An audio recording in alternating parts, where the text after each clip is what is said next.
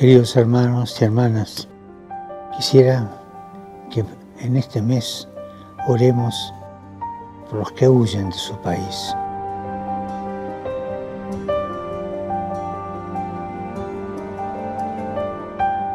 Al drama que viven las personas forzadas a abandonar su tierra, huyendo de guerras o de la pobreza, se une muchas veces el sentimiento de desarraigo, de no saber a dónde se pertenece.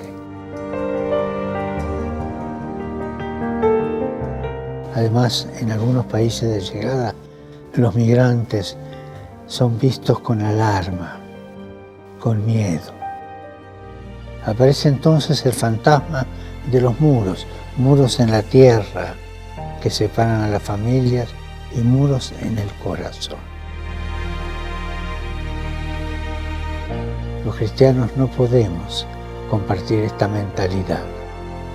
El que acoge a un migrante acoge a Cristo.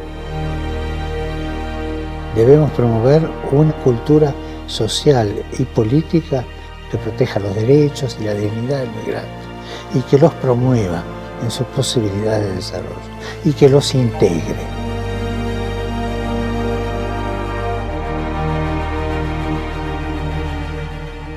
A un migrante hay que acompañarlo, promoverlo e integrarlo.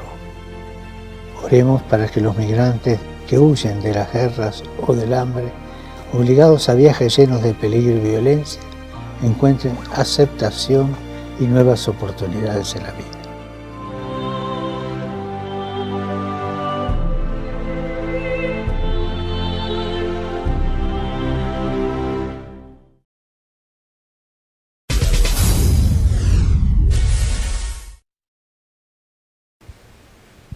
Continuamos la lectura del Evangelio de San Mateo en el Sermón de la Montaña. Estamos en el capítulo 6, hoy los versículos 7 al 15, ¿verdad? Que como ayer explicábamos, ayer no se leyeron, se leyó una parte, ¿verdad? Donde están las obras de justicia, obras de piedad que se practican, la limosna, la oración y el ayuno. Y cuando el Señor explicó sobre la oración, nos faltó o se suprimió la lectura que hoy se ha hecho, esta de aquí, donde está el Padre Nuestro. Entonces, una enseñanza amplia de Jesús sobre la oración. Ustedes recuerden ayer, ¿verdad? Cuando hablaba de la oración, Jesús decía: cuando ustedes hagan oración, no sean como los hipócritas, que les gusta orar de pie, les gusta orar en las esquinas de las plazas, donde los vea la gente. No, ustedes oren al Padre que ve lo secreto, y el Padre que ve lo secreto les va a recompensar. Hoy continúa esto, ¿verdad? Y aquí el Señor ahora no solo nos dice que no hagamos oración como los hipócritas. Es la primera enseñanza que nos da el Señor, que lo oímos ayer, ¿verdad? No oren, no sean como los hipócritas. Entonces tiene uno que cuidar que la oración no esté llena de hipocresía, ¿verdad? Falta de rectitud de intención, de no buscar a Dios por Dios, sino buscarlo por otros intereses, por otras satisfacciones, compensaciones, orar para simplemente como una compraventa, yo le doy a Dios para que Él me dé, etcétera. Entonces no ser como los hipócritas. También dice hoy Jesús, la otra enseñanza, tampoco como los paganos, ni como los hipócritas, que les gusta que los vean, ni como los paganos. ¿Cuál es el problema de los paganos? Dice Jesús. Pues ellos hablan mucho, se hacen oraciones muy largas. Se refiere a los que tenían otros dioses, los idólatras, que tenían otros dioses, y pensaban ellos que haciendo oraciones muy largas, muy extensas, iban a ser escuchados. Ustedes recuerden estos días que leímos el texto de Primera de Reyes, donde se enfrenta el profeta Elías con los 400 profetas de Baal. Ahí es donde uno ve eso, ¿verdad? Que ellos hacen largas oraciones, los paganos. Se imaginan que a fuerza de mucho hablar van a ser escuchados. Y entonces hacían oraciones muy largas, muy extensas, muy exageradas, o sea, sin la simplicidad de la oración cristiana, e incluso, ¿verdad?, entrando en trance, como decía el libro, ¿verdad?, el primer libro de Reyes, en relación de los profetas de Baal, que entraban en trance, o sea, estados psicológicos alterados, podemos decir, o sea, donde ya la misma condición de las emociones, de una estabilidad psicológica, pues se va perdiendo, ¿no? Como si estuvieran drogados, ¿no? Un poquito así, entrando en trance. Y luego con exageraciones también en otro ámbito, los profetas de Baal se empezaron a sangrar, o sea, se cortaban, se hacían incisiones para que corriera la sangre, y ellos pensaban que con eso iban a ser escuchados de sus dioses, ¿no? O sea, lo que ellos le pedían a Dios, a sus dioses, que no es un dios, sino muchos dioses, que iban a ser escuchados. Y entonces ahí es donde uno entiende esto que dice Jesús: cuando ustedes hagan oración, no hablen mucho como los paganos, que se imaginan que a fuerza de mucho hablar serán escuchados. Por eso ustedes traten de hacer discernimiento de cómo hacemos oración nosotros. Por ejemplo, ustedes vean la misa. La misa es una oración muy sencilla, ¿no? O sea, no hay cosas exageradas, es como muy sobria. Puede ser un poco más extensa, los cantos y demás, pero no es una oración complicada. Es un diálogo con el Padre, donde el que preside pues invita a la comunidad a ir orando, y vamos hablando, vamos escuchando, como un diálogo, pero es muy sencilla, no necesitamos aquí estar entrando en trance, estados alterados ahí de conciencia y cosas así, o hacer cosas exageradas para que entonces la oración llegue más a Dios, ¿no? Es una oración más fuerte, más poderosa, no se necesita. Por eso aquí Jesús dice: no los imiten a los paganos. O sea, tengamos cuidado de no imitar esas formas de oración exageradas, donde se pierde también, digamos, la parte humana, la verdadera humanidad, el equilibrio emocional, etcétera. Se requiere sobre todo humildad con Dios, estar en humildad con Dios. Dice: el Padre sabe lo que les hace falta antes de que se lo pidan. Ustedes pues oren así. Y aquí está la fórmula del Padre Nuestro. Esa es la enseñanza de Jesús. Ustedes pues oren así. Entonces, no es solamente la fórmula de oración, que nosotros la repetimos, y a veces varias veces, ¿no? Si rezamos el rosario, etcétera, por ejemplo. Sobre todo, ¿verdad?, es entrar en el espíritu de esta oración, la relación con el Padre y la relación con los hermanos. O sea, se conecta uno con el Padre Celestial y se conecta uno con la comunidad. El que ora no se desconecta del mundo, no se desconecta de las necesidades, de los dolores, de los sufrimientos, de las esperanzas, de los gozos de nuestros hermanos. Más bien los lleva en su oración. Todo eso lo llevamos en la oración. Por eso, simplemente así como empieza la oración: Padre, inmediatamente uno se conecta con Dios. ¿A quién se dirige uno? A Dios, pero nos dirigimos como hijos. No hemos recibido un espíritu de esclavitud que nos haga tener miedo, sino un espíritu de hijos, dice la palabra de Dios, que nos hace clamar Abba, es decir, Padre. Así lo dice La carta a los Romanos, por ejemplo, la carta a los Gálatas, ahí dice San Pablo, Abba. Abba era la palabra que usaban los niños para decirle al papá, para hablarle al papá. ¿Cómo decimos aquí en Honduras para cuando le hablamos al papá? ¿Cómo le decimos? Papi, ¿no? Yo he oído que mi papi, o mi pa, el pa, etcétera. O sea, tenemos formas de hablar que son muy familiares, ¿no? Pues hagan de cuenta que así, papi, ¿no? Más o menos, ¿no? A lo mejor decimos, no, yo no, porque con Dios, aquí yo veo que, aquí, una cosa que tenemos en Honduras, es como que tienen ustedes como mucha reverencia hacia Dios, un poquito, ¿no?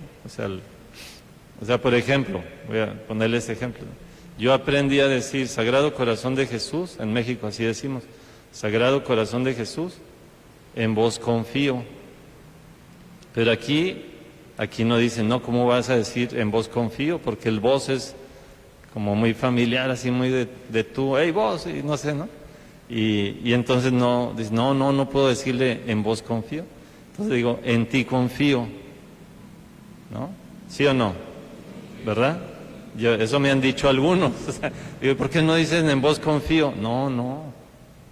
Y algunos cuando rezan el Padre Nuestro está dirigido en la segunda persona del singular. Padre Nuestro que estás en el cielo. Y algunos dicen en tercera persona. Dice, Padre Nuestro que está en el cielo, santificado sea su nombre. O sea, les cuesta decirle tú. ¿Sí o no? Algunos, no todos, ¿no? Pero yo sí lo veo, o sea, eso se me hace raro porque en México, ¿no? En México todo el mundo dice, Padre Nuestro que estás en el cielo. Aunque hay zonas de México que hablamos de tú. Mis papás se hablan de usted, ¿verdad? Ellos se hablan de usted. Curioso, ¿no? Y nosotros con ellos también le hablamos de usted, así, porque somos de rancho, así es un poquito, pero en la ciudad no es así. Normalmente, ¿no? Entonces, bueno, pues ahí está. Entonces, Padre, inmediatamente me conecto con el Padre, como un hijo o una hija, ¿verdad? Con su Padre. Por eso decía Santa Teresita, muy bonita, está en el Catecismo de la Iglesia Católica, por cierto, en la parte dedicada a la oración, que se la recomiendo. Por cierto, ya hay catecismos de la Iglesia Católica ahí en secretaría, si lo quieren comprar, si no lo tienen. Entonces Santa Teresita dice, para mí la oración es una simple mirada dirigida al cielo.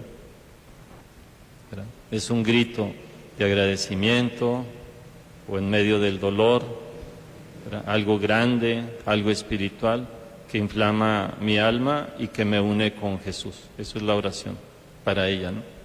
Para San Ignacio es un coloquio, un diálogo, ¿verdad? Como un amigo con otro amigo, como un hijo con su padre, como un siervo con su Señor, así dice San Ignacio. Para Santa Teresa de Jesús la oración es tratar de amistad estando muchas veces a solas con aquel que sabemos que nos ama. Esa es la oración. Estar muchas veces de amistad como amigos con aquel que sabemos que nos ama. Entonces, cada uno debería de decir, bueno, para mí, ¿qué es la oración? Para mí, ¿qué es la oración? ¿Sí? Pero lo esencial es lo que Jesús nos enseña aquí, o sea, inmediatamente la mirada dirigida al Padre, la atención dirigida al Padre. Padre, bueno, en el Evangelio de Lucas así dicen, Padre, santificado sea tu nombre, nada más. Pero aquí en San Mateo dice, Padre nuestro que estás en el cielo. Entonces, cuando oramos nosotros, sí, nos dirigimos a Dios, pero inmediatamente llevamos a la comunidad con Dios, Padre nuestro. No le digo solo Padre mío, ¿verdad? No pido el pan mío, ¿sí? No pido que me perdone solo a mí, sino que yo pido por los demás también, incluyo a los demás. Es que es mi familia. No es solo la familia, ¿verdad? Incluyo a todos. Padre nuestro, Padre de todos, santificado sea tu nombre, venga tu reino, hágase tu voluntad. Danos hoy nuestro pan, perdona nuestras ofensas, no nos dejes caer en tentación, líbranos. Ahí estamos, todos incluidos, ¿no? Entonces la oración nos tiene que hacer más hijos y más hermanos. O sea, si una persona ora bien, una persona que ora bien, va creciendo en una relación con Dios y se siente, se experimenta más hijo de Dios, un mejor hijo, una mejor hija de Dios. Sabe que hay un padre que cuida de él o de ella, ¿verdad? Como muy bonito ese salmo chiquitito, el Salmo 130 o 131.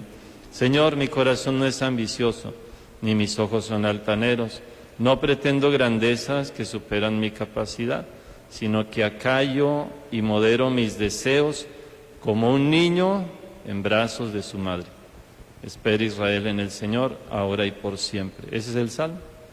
O sea, sentirse como un niño en brazos de su mamá, así. O sea, el que ora tiene que sentirse así, como un niño, entrega sus deseos, sus inquietudes, como un niño que confía, que se siente acogido, protegido, chineado, etcétera, por Dios. Ahí está. Pero también sentirnos más hermanos. Entonces, una persona que ora debe ser una persona más fraterna, una persona más sensible, ¿verdad?, a las necesidades de los demás, a las situaciones de los demás, porque nos sentimos más hermanos. Padre nuestro, así. Entonces, ahí está lo esencial, ¿verdad? Ya si ustedes quieren profundizar más, pues ahí está el catecismo. La cuarta parte del catecismo es la oración, y le dedica muchísimo a la oración dominical, que así se llama, la oración del Señor, el Padre Nuestro. Y los comentarios de algunos santos, como en el oficio de lectura se está leyendo en estos días un santo, San Cipriano de Cartago, tiene un comentario bellísimo sobre el Padre Nuestro, entonces se lo recomiendo también.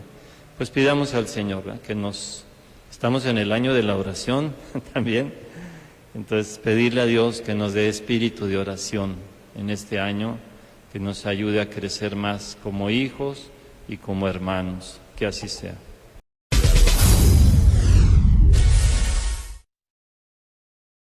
Bueno, hemos celebrado los 22 años de la radio La Voz de San Jorge, 101.7 FM, una celebración que realizamos el domingo 16 y una gran asistencia de mucha gente que ha venido de las comunidades, de las aldeas, de las montañas, también grupos representativos de lugares distantes, algunos que se escuchan a través de nuestra radio, pues algunos con composiciones propias también, ¿verdad?, cantos propios, alabanzas que ayudan a que nuestra mente y nuestro corazón se acerquen más a Dios. Damos gracias a todas las personas que han colaborado y que siguen colaborando para que la radio pueda seguir funcionando y realice su labor también social, de ayuda, de servicio a la comunidad, de dar mensajes a los lugares distantes donde no llega la señal del teléfono, y bueno, pues que alegra y informa también la vida de nuestras comunidades. Y pues hemos también realizado algunas fiestas. Este mes de junio es un mes pues de mucha alegría, de muchas fiestas, el Sagrado Corazón de Jesús, la fiesta de San Antonio de Padua, viene la fiesta de San Luis el próximo 21, vamos a celebrar allá en la aldea de San Luis a las 4 de la tarde, misa con un número considerable de bautismos. También vamos a celebrar la fiesta de San Juan Bautista, que es patrono en Juncal, patrono también en Trojas Aldea, y en la aldea San Juan, en el Valle Arriba. Entonces en las tres comunidades vamos a tener fiesta el próximo lunes, a las 10 de la mañana en Juncal, en la tarde a las 3 en Trojas Aldea, y bueno, también en la tarde en San Juan, Valle Arriba. Después tenemos fiestas también de la Virgen del Perpetuo Socorro, el día 27, allá en la comunidad de Piedra Blanca. Allá vamos a estar por la mañana, hacia pasado el mediodía, con el favor de Dios. Y también viene, pues ya para ir cerrando el mes, la fiesta de San Pedro y San Pablo, que es el patrono en la aldea de Los Planes, arriba de Potrerillos. Ahí tendremos la misa en la mañana, después en la tarde en Calpules aldea, y también en Palo Verde. Entonces, pues son actividades que tenemos programadas para este mes. Le damos gracias a Dios, ¿verdad? Porque a través de eso pues se manifiesta la alegría de la fe, el encuentro con Dios, el servicio a la comunidad. Y bueno, la parroquia también pues está realizando su labor social, la pastoral social trabajando intensamente por aliviar también las necesidades de muchas familias, algunas que han pasado momentos de crisis, momentos fuertes, pérdidas, y también proyectos que estamos realizando con las comunidades, ¿verdad? Como los proyectos de pilas, proyectos de letrinas, etcétera. Todo eso lo seguimos trabajando. También algunos pequeños comedores en algunas comunidades donde hay muchos niños y bueno, a través de la catequesis pues se les da la alimentación algunos de los días, como en Quebrada Grande, que estábamos con ese proyecto también, apoyando proyectos de escuelas, por ejemplo en Los Ángeles, aldea arriba de Armenia, estamos apoyándoles en lo que está a nuestro alcance. También la aldea del Urraco en el Valle Arriba, sector de la Icaca, también está ese proyecto de la escuela, y la Iglesia Católica pues también es anuente para poderles dar un empujoncito. Y bueno, otros proyectos que también por ahí están apoyando, por ejemplo, el asilo de ancianos, con el grupo 1807 Unidos por Honduras, de hermanos nuestros de aquí de Olanchito que están en Estados Unidos, y que pues a través de la iglesia también vamos a apoyar nosotros conjuntamente con ellos para arreglar los baños ahí de nuestros ancianos del asilo. Primero Dios, o sea, hay mucha actividad, mucho trabajo por hacer, ¿verdad? Y bueno, pues lo ponemos todo en las manos de Dios para que sea para su mayor gloria y alabanza.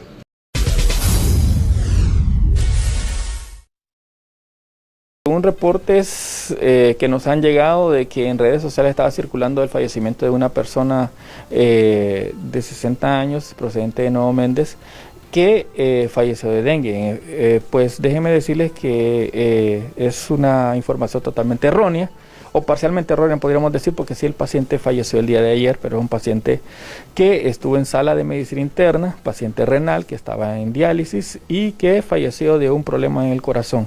Entonces él nunca estuvo hospitalizado por dengue. Nosotros pues desgraciadamente pues sí, el paciente falleció en horas de la noche del día de ayer, pero no tiene nada que ver o no está relacionado con la emergencia del dengue. Estamos prácticamente ya más de un 100% de las camas, de la capacidad de las camas. Ya nuestra capacidad tenía 23 camas en todo el hospital que estaban distribuidas, y actualmente tenemos 31 pacientes hospitalizados. Entonces déjenme decirles que esta emergencia, esta emergencia de dengue va para arriba. Cada día tenemos más hospitalizados. Desgraciadamente, si no hay un cuidado en las casas, si no dejan entrar a la gente de la Secretaría de Salud a revisar sus pilas, a ayudarles a colocarles el BTI en las pilas, y si ustedes pues no limpian sus solares, desgraciadamente estos casos se van incrementando porque vienen las lluvias. Nosotros como hospital pues atendemos a nuestros pacientes. Hasta este momento pues no tenemos ningún paciente grave. Sí, tenemos un aumento de casos pues en las últimas semanas, como les venía diciendo, de casos de dengue, y desgraciadamente pues si no hay una ayuda por parte de la población, pues siempre vamos a tener esto, no nos va a bajar y vamos a ir en aumento. En los momentos estamos viendo la posibilidad de ver si habilitamos una nueva sala en la parte de la sala 1807, que todavía tenemos un cierto espacio, pero sí hay que condicionarla, por supuesto. Y en dado caso, pues los pediatras nos están ayudando para tener los pacientes de ellos en sus salas de pediatría. Pero si esto continúa, pues no vamos a tener un lugar donde ubicarlos. Entonces, por eso les pedimos a la población de que nos ayuden. Se tiene que abrir un centro de triaje, yo supongo, en el policlínico o en algún otro lugar, para que nos ayuden a que el hospital no sea cargado, sino que también el área de salud pues ayude. En cuanto a los internos por otras enfermedades, ¿cómo están las salas, doctor, del Hospital Aníbal Murillo Escobar? Bueno, la sala de medicina interna manejamos más de un 100% de la cantidad que nosotros tenemos. Nosotros tenemos asignados un total de 14 camas en sala de medicina interna y no bajamos de 20, 25 pacientes todos los días. Generalmente medicina interna así es. La otra sala que se colapsa también es la sala de ginecología. La atención de parto siempre es alta y de otros tipos de patologías ginecológicas. También la sala de cirugía, pues tenemos ya con las cirugías, el ortopeda, pues también. Prácticamente todas las salas están llenas. Tenemos pocos espacios para los pacientes y se nos viene esta ola de dengue que tenemos que ver dónde los ubicamos.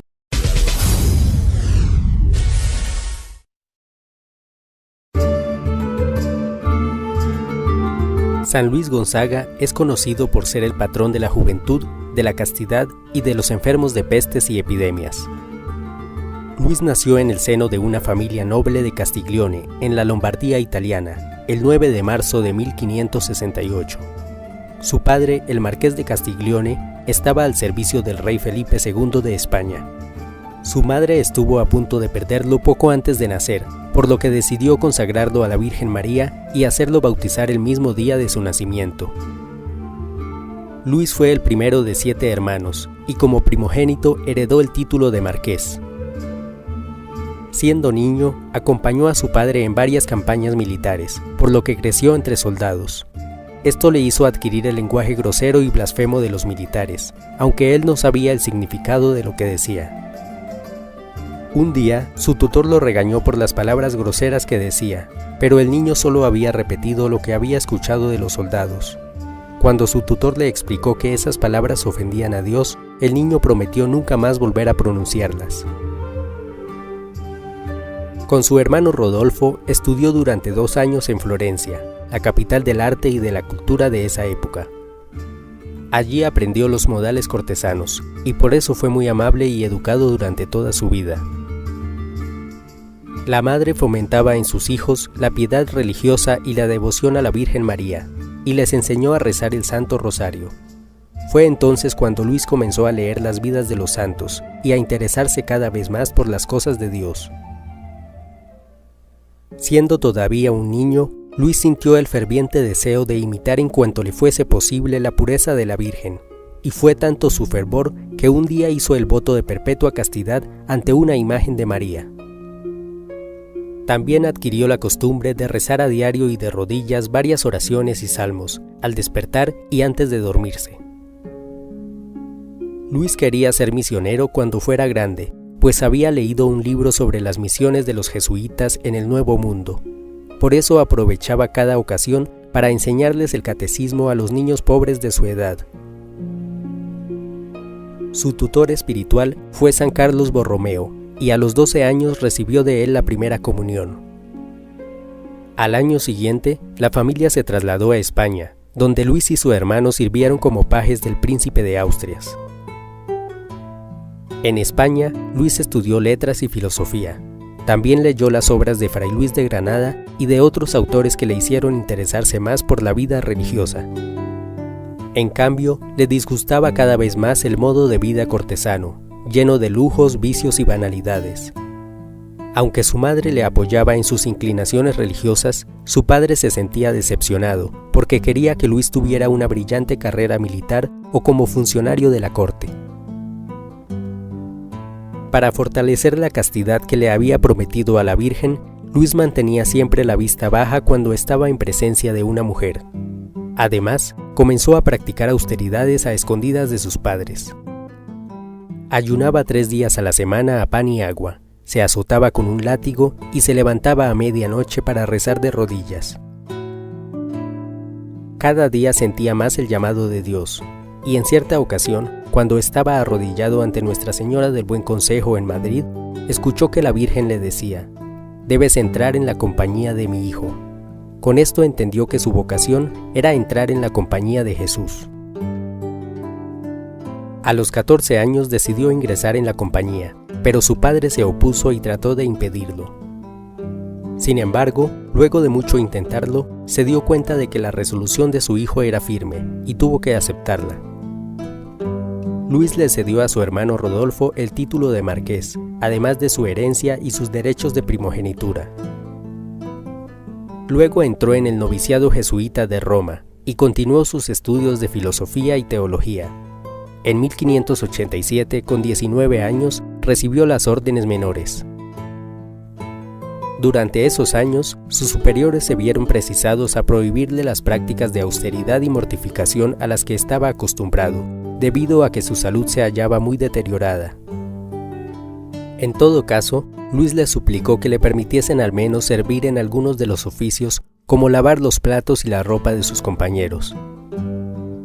Muchas veces le vieron transportado de éxtasis frente a un crucifijo. Sus meditaciones sobre la pasión del Señor eran tan profundas que entraba en un trance místico. Poco antes de cumplir 23 años, una terrible epidemia se desató en Italia. Incluso 3 papas murieron a causa de la peste, y los padres jesuitas abrieron varios hospitales para atender a los enfermos.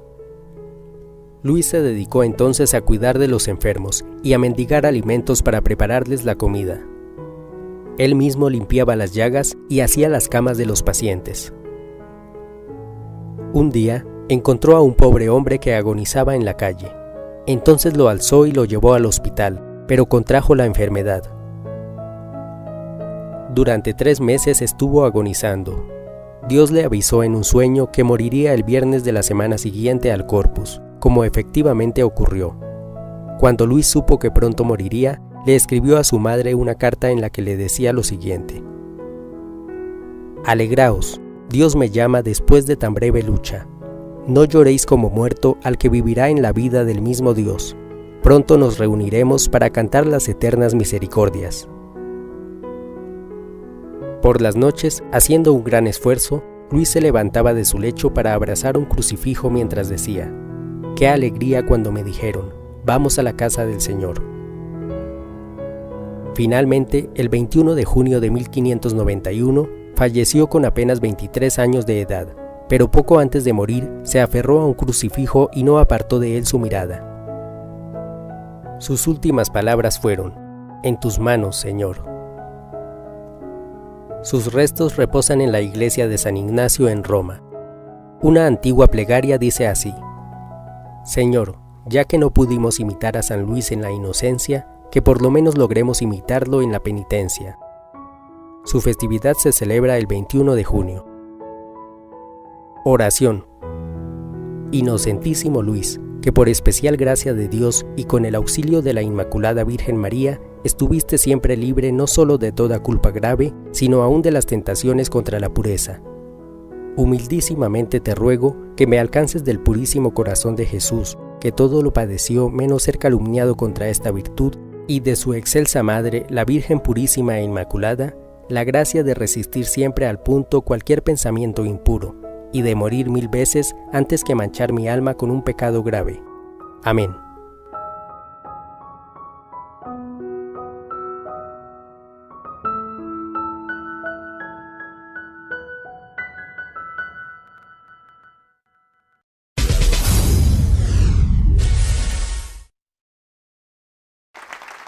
Entre las actividades de los últimos 7 días del Papa Francisco destaca el encuentro que sostuvo el pontífice con los moderadores de las asociaciones de fieles, movimientos eclesiales y nuevas comunidades, a quienes recibió en audiencia este 13 de junio en el aula del Sínodo del Vaticano. A los representantes de 95 realidades de todo el mundo que se reunieron para reflexionar sobre la sinodalidad, el Santo Padre les propuso 3 virtudes sinodales para una verdadera conversión espiritual: pensar según Dios, superar toda cerrazón y cultivar la humildad. E mi auguro che questo incontro Espero que este encuentro y otros momentos similares los ayuden a potenciar sus respectivos carismas desde una perspectiva eclesial,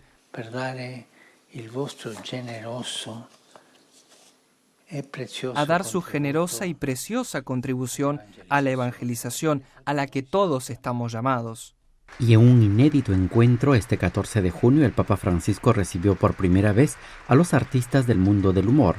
En el evento promovido por el Dicasterio para la Cultura y la Educación participaron artistas de todo el mundo, a quienes el pontífice los alentó a seguir cultivando el don de hacer reír en medio de tantas noticias pesimistas y en medio de tantas urgencias sociales y personales. La risa, dijo el pontífice, es el mejor antídoto contra el egoísmo y el individualismo. Ayuda a romper barreras sociales y a crear vínculos. Su talento es un don precioso. Junto con la sonrisa, difunden la paz en los corazones, entre las personas, ayudándonos a superar las dificultades y a sobrellevar el estrés cotidiano. Nos ayuda a encontrar alivio en la ironía y a tomarnos la vida con humor. Ese mismo día por la tarde, el Papa Francisco dejó el Vaticano para dirigirse a la región italiana de Apulia, donde participó en la sesión conjunta de la cumbre del G7, centrada en las oportunidades y riesgos de la inteligencia artificial. A los líderes del Foro Intergubernamental, el Santo Padre los invitó a promover una sana política en favor del bien común. De lo contrario, dijo el Papa, se condenaría a la humanidad a un futuro sin esperanza si quitáramos a las personas la capacidad de decidir por sí mismas y por sus vidas. La reflexione e gli effetti della intelligenza artificiale.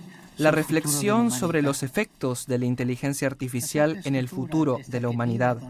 La Sagrada Escritura atestigua que Dios ha dado a los hombres su espíritu para que tengan habilidad, talento y experiencia en la ejecución de toda clase de trabajos. La ciencia y la tecnología son, por lo tanto, producto extraordinario del potencial creativo que poseemos los seres humanos. Al día siguiente, el Papa Francisco se reunió en el Palacio Apostólico con un grupo de empresarios, directivos de empresas y banqueros de todo el mundo, a quienes les planteó 3 desafíos: el cuidado del ambiente, de los pobres y de los jóvenes. A los miembros de la Red de Iniciativas para Mercados Sostenibles, lanzado en el año 2020 con ocasión del Foro Económico de Davos, que busca aplicar los principios de la Laudato Si, el Santo Padre les pidió de pensar en los pobres y descartados de la sociedad, de incluirlos en las empresas de modo que se conviertan en recursos de cambio, así como en los jóvenes que a menudo son marginados en el mundo laboral, y de acelerar los procesos de innovación para el cuidado de la casa común. Y este 16 de junio, al comentar el Evangelio del 11º domingo del tiempo ordinario, el Papa Francisco centró su reflexión sobre una actitud importante en la vida del creyente, y es la actitud de la espera confiada de la llegada del reino de Dios. Para ello se ayudó de la imagen de la semilla, y dijo que el Señor deposita en nosotros las semillas de su palabra y de su gracia, y después, sin dejarnos de acompañar, espera con paciencia que den fruto. El Signore continua a prendersi cura di noi. Con la fiducia de un padre. El Señor sigue cuidándonos con la confianza de un padre, pero nos da tiempo. El Señor es paciente para que las semillas se abran, crezcan y se desarrollen hasta dar fruto de buenas obras. Después de rezar el Ángelus, el Santo Padre dirigió un nuevo llamamiento en favor de la población de la República Democrática del Congo, donde se produjeron enfrentamientos y masacres, y donde muchos cristianos fueron asesinados por odio a la fe. Asimismo, el pontífice pidió a todos que no nos olvidemos de rezar por la paz en Ucrania, Tierra Santa, Sudán y Myanmar, y en todos los lugares en los que se sufre por la guerra. Mientras que este 17 y 18 de junio el Papa Francisco ha participado en la reunión del Consejo de Cardenales, también conocido como C9. Según informó la oficina de prensa de la Santa Sede, los temas que trataron fueron la reflexión del rol de la mujer en la Iglesia, la protección de menores y diversas situaciones que afectan al mundo entero.